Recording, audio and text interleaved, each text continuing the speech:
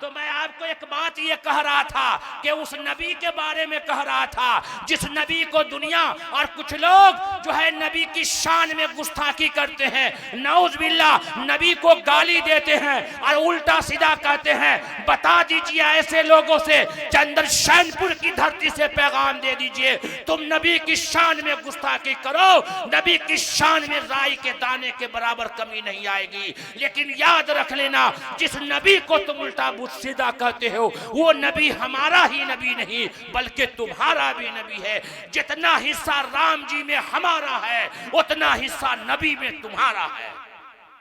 ये बात हम नहीं कहते हैं, हमारे हिंदू भाई की पुस्तक कहती है। तो क्या कहा, लटकले तब बेटा गिल्ले। वेदा अहमदम पुरुषम, वेदा अहमदम पुरुषम महात्मा वरना तमसह परस्तात। 20 मिनट और तकरीर होगी बस। वेदा अहमदम पुरुषम महात्मा वरना तमसह परस्तात। ये हमारे हिंदू भाई की पुस्तक में लिखा नबी का। वेदा अहमदम पुरुषम महात्मा वरना तमसह परस्तात। अहमद ईश्वर का ज्ञान रखने वाला, हाँ, ईश्वर की बात को सबसे ज्यादा मानने वाला, ईश्वर के करीब रहने वाला, ईश्वर की बात सबसे ज्यादा डरने वाला, सबसे महान व्यक्ति इंसान है, सबसे महान पुरुष इंसान है। रोशन सूरज की तरह अंधेरों को खत्म करने वाले हैं। नबी के नहीं आने से पहले पूरी दुनिया में अंधेरा ही अंधेरा था। लोग जलालत की जिंदगी गुजार रहे थे। जिसके घर में बेटी पैदा होती उसको जिंदा दफन कर दिया जाता था। बेटी को बेटी का मकाम नहीं मिला, बेटी को बेटी का मर्तबा नहीं मिला। जब बेटी के साथ जुल्म हुआ, बेटी के साथ अन्याय हुआ तो अल्लाह की रहमत जोश में आई और मक्का की धरती पर अल्लाह ने आमना के दुर्रे यतीम जनाब मुहम्मद रसूलुल्लाह सल्लल्लाहु अलैहि वसल्लम को मक्का की धरती पर अंतिम अवतार को भेजा। 1450 साल पहले जब मक्का की धरती पर नबी आते हैं तो सबसे पहले नबी ऐलान करते हैं, ऐ मक्का के लोगों, आज के बाद कोई भी इंसान अपनी बेटी को जिंदा दफन नहीं करेगा। अगर ये बेटी है तो घर की रहमत है, अगर ये माँ है तो इसके पांव के नीचे जन्नत है। बेटी बचाओ बेटी पढ़ाओ का नारा 1450 साल पहले अंतिम संदेश था। आखिरी नबी जनाबे मुहम्मदुर रसूलुल्लाह ने मक्का के धरती पर दिया था। और आज नौजवान से पूछे ना, बेटी बचाओ बेटी पढ़ाओ का नारा कौन दिया, तो कहते हैं कि इंडिया के प्राइम मिनिस्टर ने दिया।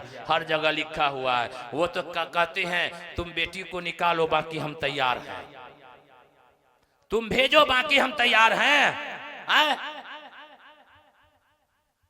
हम तो कहते हैं कि स्कूल के गेट से नारा जो है वो हटा देना चाहिए, ट्रक पर से वो लिखावट हटा देना चाहिए कि बेटी बचाओ बेटी पढ़ाओ का नारा। मैं देना चाहता हूं कि आप 26 तारीख को देख लीजिए, फुलवारी शरीफ की धरती है, बिहार की राजधानी है और फुलवारी शरीफ की धरती है। थाना गोलंबर के पास 10 साल की बेटी के साथ रेप कर दिया गया और गोली मार दिया गया और बीच चौराहे पे 26 तारीख को फेंक दिया गया। क्या उसको इंसाफ मिला? नहीं मिला। आप देख लीजिए, मैं सीएम ममता बनर्जी बंगाल से मैं कहना चाहता हूं कि बंगाल की एक धरती पर हावड़ा कलकत्ता के अंदर एक बेटी के साथ, डॉक्टर बेटी के साथ रेप हुआ था। रेप करने के बाद 5 आदमी ने रेप किया उसके साथ और वो जो है जान चली गई। क्या उसको इंसाफ मिला? उसको इंसाफ नहीं मिला। मोतिहारी की धरती पर पूजा नाम की बेटी के साथ बलात्कार हुआ और उसको जिंदा जला दिया गया। क्या उसको इंसाफ मिला? नहीं मिला। तेलंगाना की धरती पर डॉक्टर रंगा रेड्डी को 3 लड़कों ने बलात्कार किया और उसके गाड़ी से पेट्रोल निकाल कर करके उसको जिंदा जला दिया गया। क्या उसको इंसाफ मिला? नहीं मिला। वैशाली की धरती पर शब्बाना नाम की बेटी के साथ बलात्कार हुआ और किरासन तेल छीट करके जला दिया गया। क्या उसको इंसाफ मिला? उसको इंसाफ नहीं मिला। आसाम की धरती पर रिजवाना नाम की बेटी के साथ 14 आदमी ने बलात्कार किया, उसको इंसाफ मिला? नहीं मिला। अरे इंडिया की राजधानी दिल्ली में खुशी कुमारी बेटी के साथ चलती गाड़ी में रेप किया गया, उसको इंसाफ मिला? नहीं मिला। जब ये नारा दिया है कि बेटी बचाओ बेटी पढ़ाओ, तो बेटी की हिफाजत की जिम्मेदारी हुकूमत के साथ है। अगर वो नहीं करता है तो ये नारा को मिटा देना चाहिए। अंतिम संदेश था, आखिरी नबी ने 1450 साल पहले बेटी बचाओ बेटी पढ़ाओ का नारा दिया, तो मोहम्मद ने बेटी को बचा करके भी दिखाया और कह दिया कि मेरी माँ तेरा आंचल हर एक आंचल से अच्छा है, लगा दे तू जो काजल हर एक काजल से अच्छा है। हाँ, वेदा अहमदम पुरुषम महात्मा वरना तमसह परस्तात। अहमद ईश्वर का ज्ञान रखने वाला, ईश्वर की बात मानने वाला, ईश्वर से सबसे ज्यादा डरने वाला, ईश्वर की बात लोगों तक पहुंचाने वाला सबसे महान व्यक्ति इंसान है। रोशन सूरज की तरह अंधेरों को खत्म करने वाले हैं। उपासक को हम नहीं कहते, ये हमारे सनातन धर्मी भाई की पुस्तक कहती है। उपासक को उस पर आस्था लाए बगैर निजात नहीं मिल सकता। असली हिंदू होने के लिए मोहम्मद साहब पर ईमान लाना ज़रूरी है, उसका भी यकीन लाना ज़रूरी है।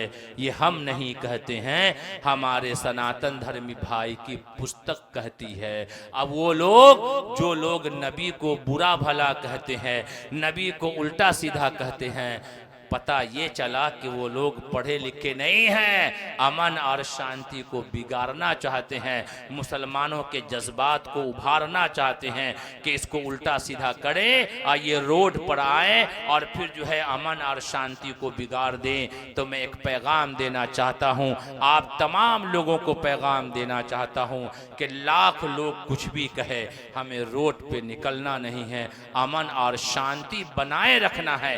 अमन और शांति के साथ और कानून का सहारा लेते हुए इंसाफ मांगना है। लेकिन इंसाफ किससे मांगिएगा?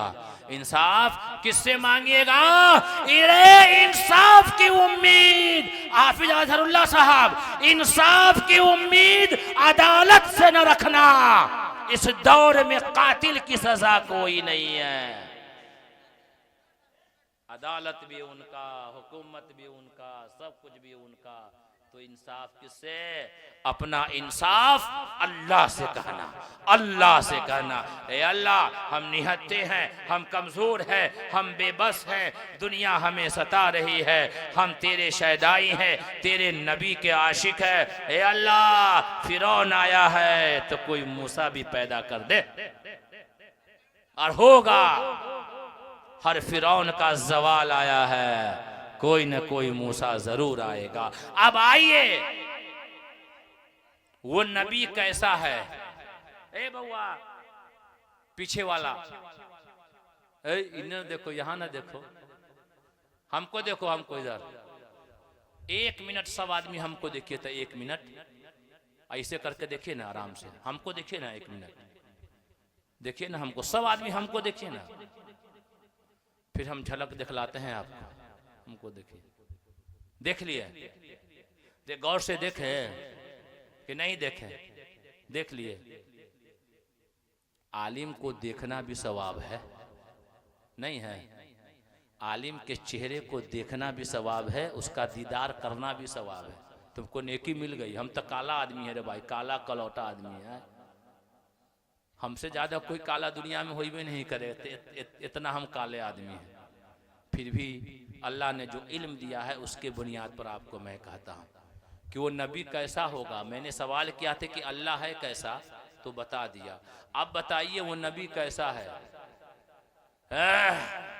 पते नहीं है कि नबी कैसा है। और नबी को उल्टा सीधा कहे तो सीधे बाहर निकल जाते हैं। कोई पूछ देगा कि नबी के बारे में बताओ, कोई मीडिया वाला देखता रहेगा और देखेगा कोई बिल्कुल बुद्धू है तो सीधे ले जा करके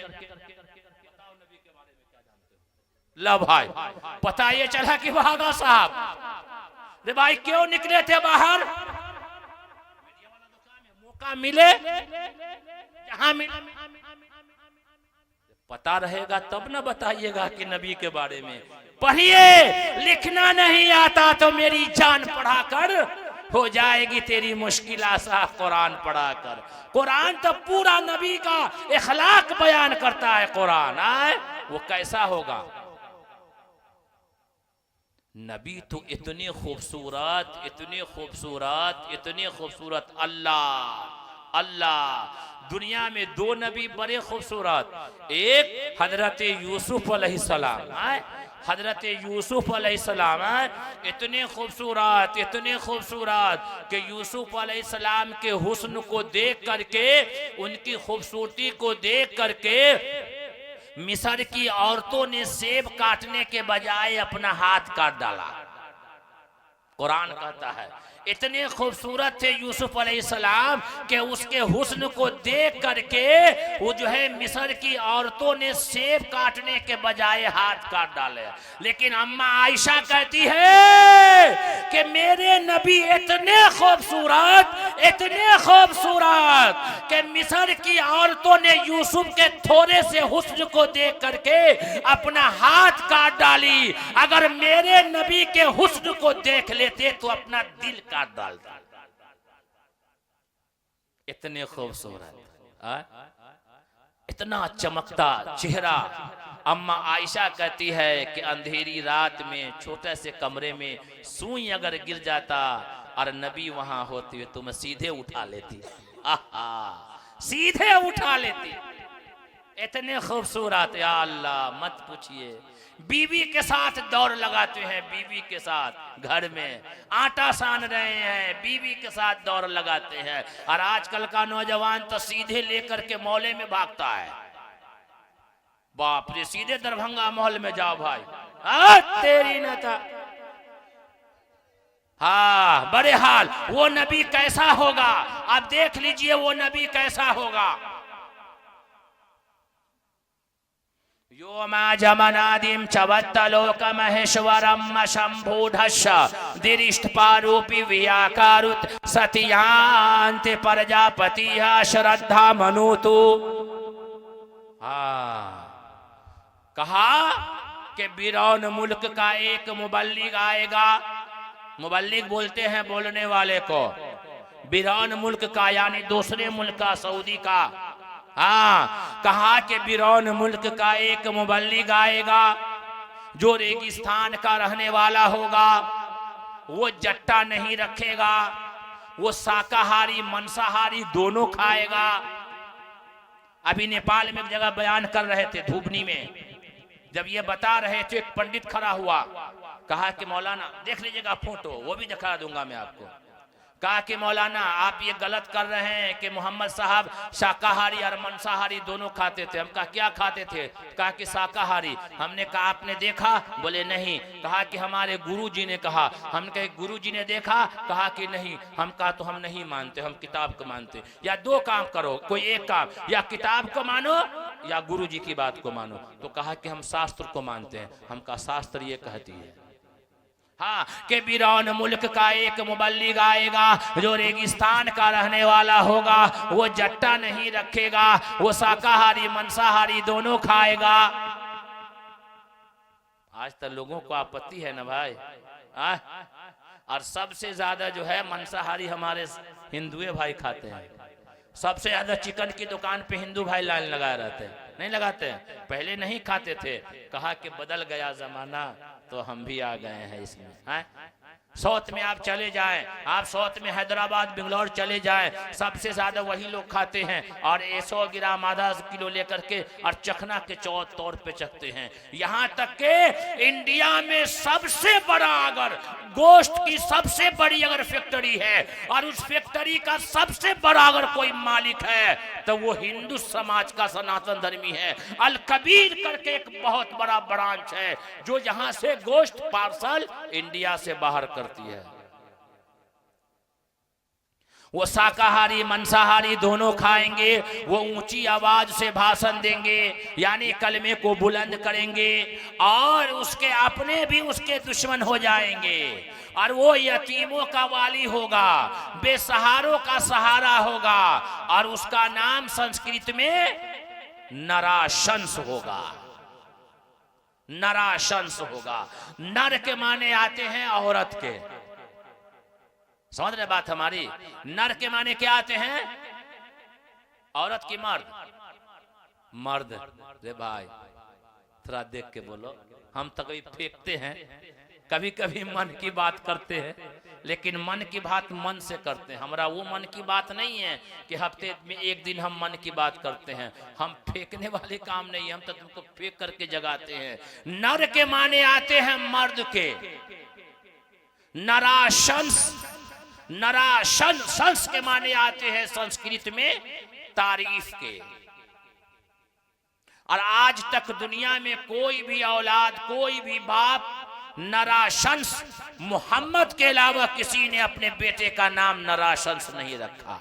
और अरबी में उसका जो है अर्थ ये है, संस्कृत में नराशंस, उसका एक नाम नराशंस होगा। नराशंस के माने आते हैं जिसकी तारीफ हुई है, और जिसकी तारीफ हो रही है, और जिसकी तारीफ कयामत तक होगी।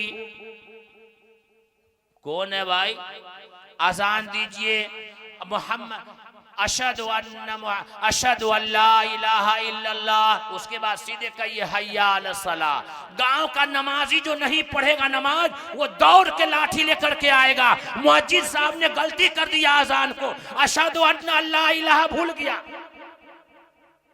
पूरे गांव में हल्ला होगा। क्या हुआ भाई? अशहदु अल्ला इलाहा इल्लल्लाह के बाद हय्या अला सलाह बोल दिया है। नमाज जुम्मा पढ़ेगा, लेकिन अजान में मोहम्मद रसूलुल्लाह का नाम छोड़ा तो बड़का लाठी लेकर के आएगा।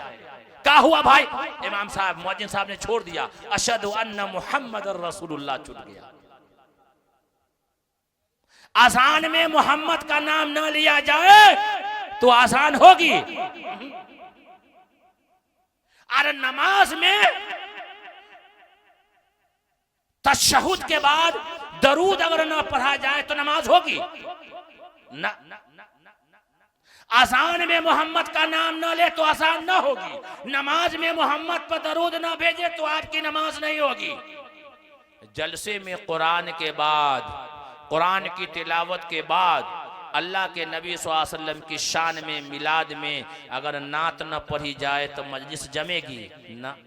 ये मजलिस तो सजाई और बसाई गई है नबी की शान के लिए, नबी के सदक़े में बसाया गया है। तो कहा कि उसका एक नाम नराशंस होगा, जिसकी तारीफ हुई है और जिसकी तारीफ हो रही है और जिसकी तारीफ कयामत तक होगी। पता ये चला कि मोहम्मद जो दीन लेकर के आए हैं वो कयामत तक के लिए आए हैं। ये घास भूसा नहीं है। हम हैं तो दुनिया है, हम खत्म तो तुम खत्म। अगर तुम्हें जीना है तो मोहब्बत का हाथ बढ़ाओ, अगर मरना है तो हम भी चले सनम, तुम भी चलो सनम। हाँ, तो कहा कि बिरौन मुल्क का एक मुबल्लिग आएगा जो रेगिस्तान का रहने वाला होगा। वो जट्टा नहीं रखेगा, वो शाकाहारी मांसाहारी दोनों खाएगा। वो ऊंची आवाज से भाषण देगा, यतीमों का वाली होगा, बेसहारों का सहारा होगा। उसका एक नाम नराशंस होगा।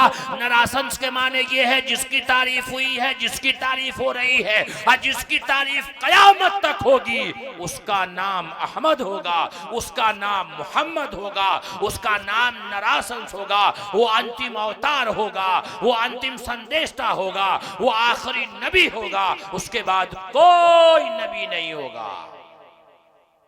अगर कोई नबी का दावा करे तो क्या करना है? आपके दरभंगा में लहरिया सराय के बाजू में उस्मानपुरा मोहल्ला है।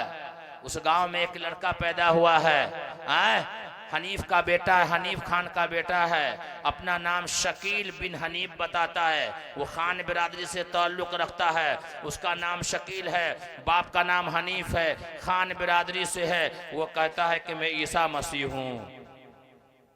तू ईसा मसीह है तो तुमको तो फलस्तीन में होना चाहिए था ना, तुम दरभंगा में कहाँ आया?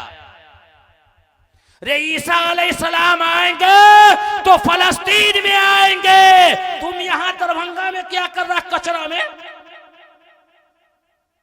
उन्होंने तो बगैर बाप के आए थे, तेरा बाप भी है मोहम्मद हनीफ। वो आएंगे तो काना दज्जाल को कत्ल करेंगे, तुम किसको कत्ल करोगे? इमाम मेहदी के करीब में जाएंगे, नबी की उम्मत बन करके आएंगे, एक एक कर करके जिहाद कर लेंगे वो। इसलिए नौजवान लड़का सब शकील बिन हनीफ के पास जाता है। अभी मुजफ्फरपुर शहर में शकीलियत फैली हुई है, जो नबी होने का दावा करता है। 5-6 नौजवान दाढ़ी रखे हुआ है, कुर्ता पजामा पहनता है, इतनी दाढ़ी है, बिस्किट की फैक्ट्री खोला है, और वो सब लोग काम करने वाले वो मेहसी के रहने वाले हैं सब लोग, और बिस्किट सप्लाई करता है, लोगों से मोहब्बत का पैगाम भेजता है। लोग उनके पास आते हैं, चाय पिलाता है, 2 दिन 4 दिन, और समझ में आ जाता है कि आप इसको जो बात बताएंगे तो मान लेगा, तो कहता है कि आपको बैत हो जाना चाहिए और अपने इमाम से बैत हो जाना चाहिए। वो शकीलियत का ऐलान करता है, कहा कि खातमुन नबीयीन, अब कोई नबी नहीं आएगा, अंतिम संदेश था, अंतिम अवतार मोहम्मद सल्लल्लाहु अलैहि वसल्लम है। हमारे सनातन धर्मी भाइयों की एक किताब है, उस किताब में लिखा है कल की अवतार आएगा, लेकिन मैं कहता हूं कि रविंद्र प्रसाद शास्त्री जी ने लिखा कि अंतिम अवतार अंतिम संदेशता मोहम्मद है, नरासंस है, उस पर तुमको आस्था लाना है। तो मैं ये कह रहा था, ये 2 बात आपके सामने हो गई। हम सबका पैदा करने वाला ईश्वर एक, हमारा बाप एक, हमारा धर्म एक, हमारा कलमा एक, हमारा मुल्क एक, और हमारा नबी भी एक। तो हम दुश्मन हो ही नहीं सकते, हम तो भाई भाई हैं। तीसरी बात और आखिरी बात, कुरान किसकी किताब है? बुआ, कुरान किसकी किताब है, मुसलमान की कि हिंदू की? बोलिए ना। आए रे, हिंदू की कि मुसलमान की? सबकी किताब है। हाँ, पढ़े लिखे लोग बहुत अच्छे सामईन हैं, अल्हम्दुलिल्लाह बहुत अच्छे सामईन हैं। मुजाहिद हसन हबीबी ने जो बात कही कि बड़े अच्छे सामईन अल्हम्दुलिल्लाह है भी, मैं बराबर आता भी हूँ तो देखता हूँ कि इस इलाके में सबसे पढ़ी लिखी और बिल्कुल जीता और जागता एकदम नमूना देखने को कभी कभी नहीं बराबर जो है मिलता है। बड़े बड़े आलिम दीन और हाफिज़ कुरान और कुर्रा हजरात अल्हम्दुलिल्लाह इस गाँव में, इस गाँव के अतराफ़ में अल्हम्दुलिल्लाह माने और जाने जाते हैं। ये अल्लाह का शुक्र है कि इस चीज़ को बरकरार रखिए। इस चीज़ को बरकरार रखने के लिए आप अपने गांव में 2-2, 3-3 मदरसा आपका चलता है, ये फैज़ आम है, निस्वा हैं, ये सब में अपने बच्चे और बच्चियों को भेजिए। इंशाअल्लाह ये रवायत जो है कायम रहेगी, इसको बचाना है। अब रही आखिरी बात, ये कुरान, ये हिंदू भाई कहते हैं कि ये मुसलमान की किताब है, ये हमारी पवित्र किताब नहीं है। हमारी पवित्र किताब वेद है, ये मुसलमानों की किताब है, और मुसलमानों के जहन में ये है कि ये हमारी किताब है, ये हिंदू भाई की किताब नहीं है, ये हिंदू भाई नहीं पढ़ेंगे। लेकिन दोनों अपनी जगह गलत है। अगर हम कुरान को ले लेते और कुरान को पढ़ लेते तो अल्लाह कुरान में कहता हुदल लिन्नास, हमने इंसान के लिए कुरान को नाजिल किया है, इंसान की हिदायत के लिए मैंने कुरान को नाजिल किया है। हा? तो कुरान हम पढ़ें, कुरान हम समझें। और हिंदी में तर्जुमा आ गया है कुरान का, बिल्कुल मुकम्मल तर्जुमा अनुवाद आ गया है। अपने हिंदू भाई, सनातन धर्मी भाई जो करीब में हैं, आपके दोस्त अहबाब हैं, उनको भी कुरान दीजिए। अब आपके जहन में आ गया मौलाना वो खड़े खड़े पेशाब करता है, नापाक रहता है, उसको कैसे देंगे? कुरान तो पाक है, उसको कैसे देंगे? और आज का मुसलमान भी तो नापाक रहता है, साइकिल से जाता रहता है, जैसे जींस पैंट खोला कहीं पे खड़े खड़े पेशाब कर लिया, न पानी लिया न कुछ हो लिया। नापाक नहीं है। हफ्ता हफ्ता दिन तक नहीं नहाता मुसलमान का बच्चा। सब दिल्ली बम्बे में जड़ी वाला सबको देखिएगा, बदन बदबू मारता रहता है। कहा है भाई, जिसका अल्लाह पाक, जिसका नबी पाक, जिसका कुरान पाक, जिसकी शरीयत पाक, उसके मानने वाले का हाल ये हो? नहीं मेरे भाइयों, उठ करके ऊपर आना है आपको। तो अल्लाह के कुरान से पूछते हैं कि उसको कुरान दिया जाए कि नहीं दिया जाए। पाकी और नापाकी कब होगा? जब वो कुरान को पढ़ेगा, कुरान को समझेगा, उस पर आस्था लाएगा, और जब ईमान लाएगा तब ना नमाज फर्ज होगा। कि पहले ही फर्ज हो जाएगा? नहीं होगा। जो ईमान लाए हुए उस पर नमाज फर्ज है। तो अल्लाह ताला कुरान में कहता, सूरह नंबर 2 आयत नंबर 121, अल्लज़ीना आतैनाहुमुल किताब यतलूनहु हक़्क़ तिलावती। अगर सही मानों में इनको कुरान दिया जाता, कुरान पहुंचाया जाता, कुरान दिया जाता, अगर सही मानों में ये कुरान पढ़ते तो उस पर आस्था ले आते। कुरान मुकम्मल एक इखलाक है, आबे हयात है, आबे जिंदगी है, जिंदगी को बदल देती है। फुर्सत अगर मिले तो पढ़ना मुझे ज़रूर, मैं नया बुलझनों की मुकम्मल किताब हूँ। मेरे भाइयों, मैंने कुरान करीम की एक आयत का और सहारा लिया था, या अय्युहल्लज़ीना आमनु दुखुलू फिस्सिल्मि काफ़ा। ऐ ईमान वालो, पूरे के पूरे शरीयत इस्लाम पर आ जाओ। मेरा चलना, मेरा बोलना, मेरा बैठना, ये सब इस्लाम के तरीके पर हो। शादी ब्याह इस्लाम के तरीके पर हो, नमाज इस्लामी तरीके पर हो, खाना इस्लाम के तरीके पर हो, सुन्नत के मुताबिक हो, मिलना और जुलना कहा कि दोस्तों से सुन्नत के मुताबिक हो। हमारी ज़िंदगी के 24 घंटे में अल्लाह के नबी सल्लल्लाहु अलैहि वसल्लम का तरीक़ा हमारे अंदर हो। मैं बहुत बहुत दिल की गहराइयों से हाफिज अजहरुल्लाह साहब और उनके तमाम रुफ़क़ा कारकुरान और तमाम बस्ती के लोगों का तहे दिल से शांति संदेश केंद्र की कमेटी, वहाँ के जिम्मेदार आपका शुक्रिया अदा करता है और आपको जो है मुबारकबाद हम पेश करते हैं कि आपने पयामे इंसानियत कॉन्फ्रेंस के नाम से एक जलसा सजाया है और बसाया है। मैं देखा कि भर दिन में कई मरतबा फ़ोन करते थे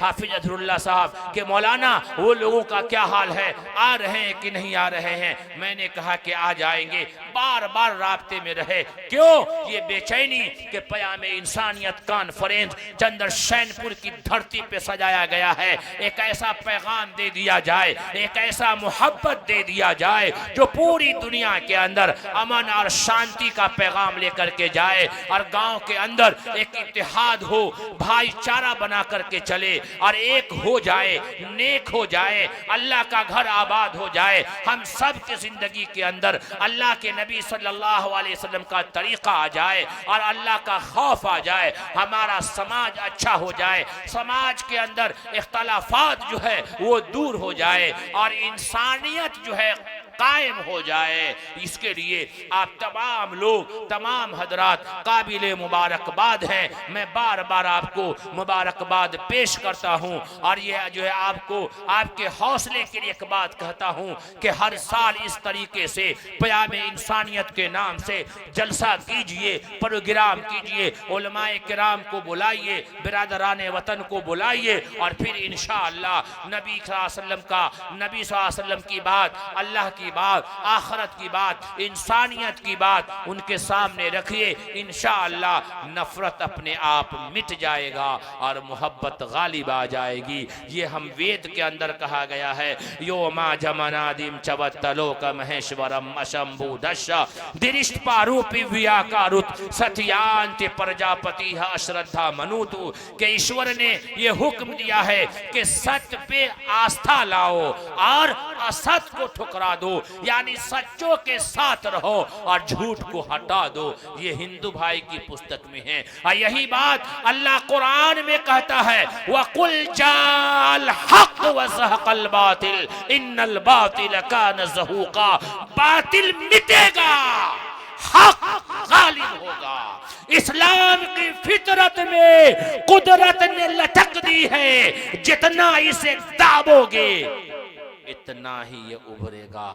बहुत बहुत शुक्रिया, बहुत बहुत मुबारकबाद। रात के आखिरी वक्त में आप तमाम हजरात अल्लाह की बात, नबी की बात सुनने के लिए जमे हैं, बैठे हैं। अल्लाह ताला हर एक के बैठने को और सुनने को आपसे ज़्यादा हमको अल्लाह ताला अमल करने की तौफीक अता फरमाए। व आखिर दावाना अनिल हम्दुलिल्लाहि रब्बिल आलमीन।